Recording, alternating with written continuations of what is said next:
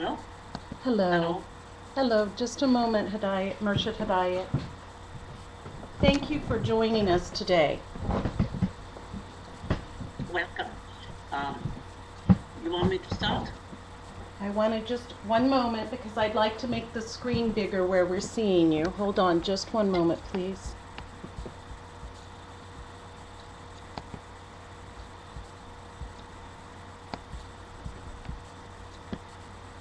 It's wonderful to see you. And yes, now we're ready to begin. Well, first of all, I thought, um, please allow me just to have a half a minute silence in thought of the suffering in Japan. Thank you.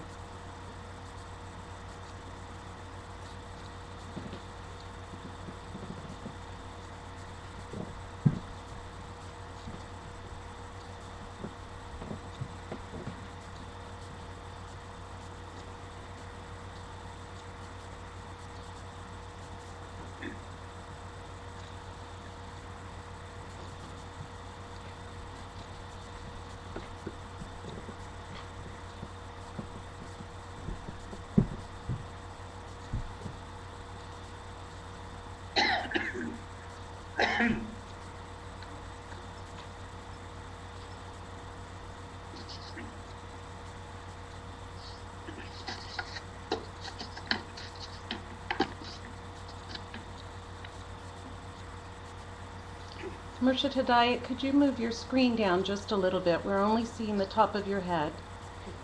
And now we're just seeing your tie. Yes, I'm sorry, excuse me. That's all right. It's a nice tie. Just a minute, just a minute. Of course. Now, Perfect. Thank you. first of all, welcome, beloved brothers and sisters. Thank you. And we welcome you as well. Let us first start with the invocation. Towards the one, the perfection of love, harmony, and beauty. The only being, united with all the illuminated souls, who form the embodiment of the Master, the Spirit of God. The subject of today, if I understand, is the ego. And I would just like to say, since I was asked to say something, a few words. One could perhaps picture the ego as being a doormat.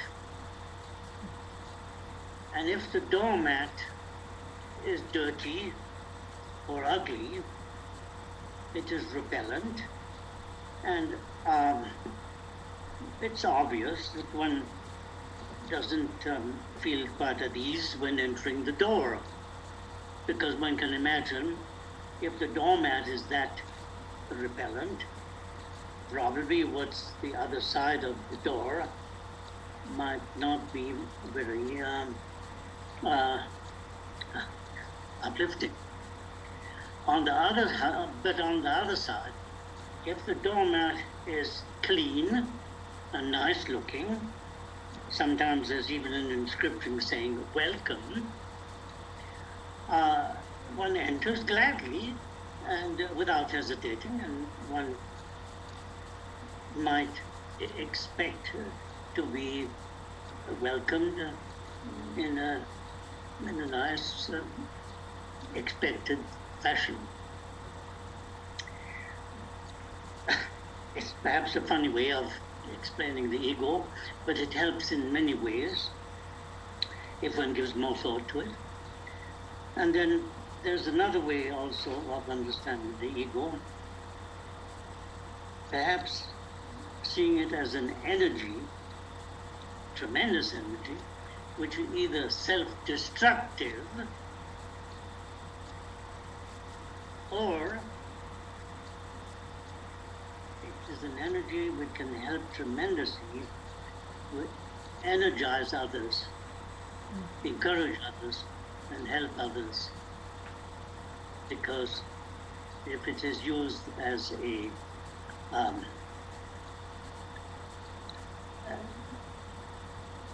life-given energy, one can certainly try to do the best with it instead of using it just for one's own comfort and self, what do you call it, recognition. Thank you. I would gladly leave this difficult subject over to you to make the best out of it. Thank you. Thank you so much. It's wonderful to see you as always, and our love to you and Murshida Aziza as well. Thank you, Murshid Hidayat. She's coming just. Okay. Yeah. Now come now. No, what shall I do? Now, Well, you can say hello. Thank you. I call my niece now.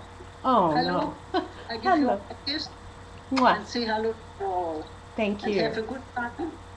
And is it night in their place or is it Afternoon. daytime? Daytime. Daytime. Afternoon. Oh, then I cannot say good night, no. But you can say good night to We us. can say good night. Good knockin'? Good knockin'? We've had. All right. Bye-bye. We love you. Thank you. Bye-bye. Bye-bye.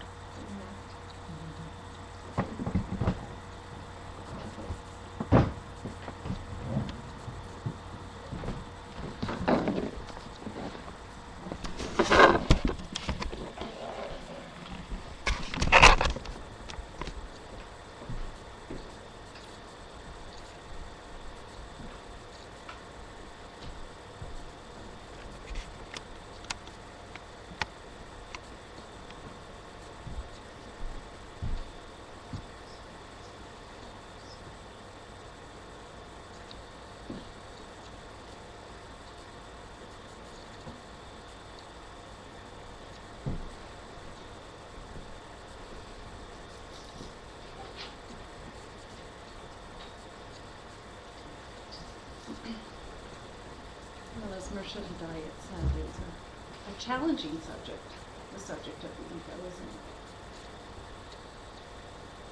Because we sometimes want to know how to quite deal with that in a productive way. And I thought it was brilliant that he said, Murshid Hidayat, that in one hand, we want to clarify the ego, because it can be an amazing servant.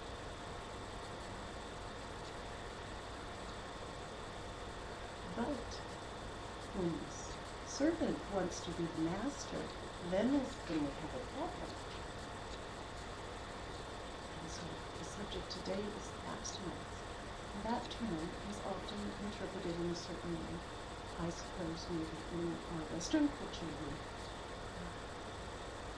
interpret it in a certain way, often to do with sexuality. But it's not that in this regard, with regard to the teachings of Hazrat Khan, it is not so much so. It's more of the idea of being able to abstain from the delights of the ego, so to speak. And how can we resist it?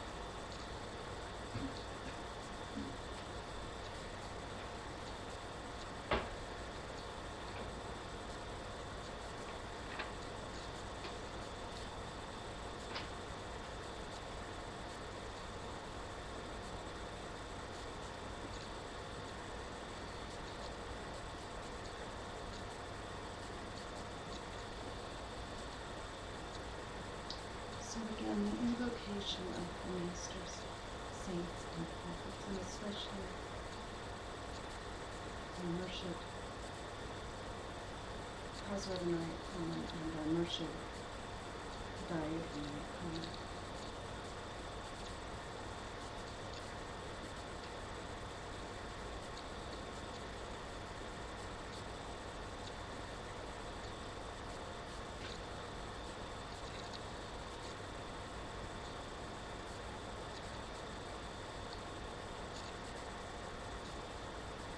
as we move into these next days and months, I think it may be as important as ever to embrace the purification dance, not only for our benefit, but again for those that are so close to where the devastation has happened within the community, and also the environment. It will enter everything. It will touch everything. And I can say, from my experience, it is these breaths that can help us cope with what will be happening, because things will be entering the environment worldwide, the food chain, and what can we do to kind of help ourselves and others. I believe wholeheartedly that when we change our vibration, we change the world. And we've talked a lot about that over these years, with these classes. And so always remember, please always remember, as you're doing your practices, to invite other beings with you and to offer this for others. And through this practice, we've studied it many, many times together, and how important it will be for us ongoing to do this work together. We were listening this morning to the effects of what's happening over more than 300 years before things become more organized. And we know that when this happened in Siberia, there are still areas that are forsaken to themselves.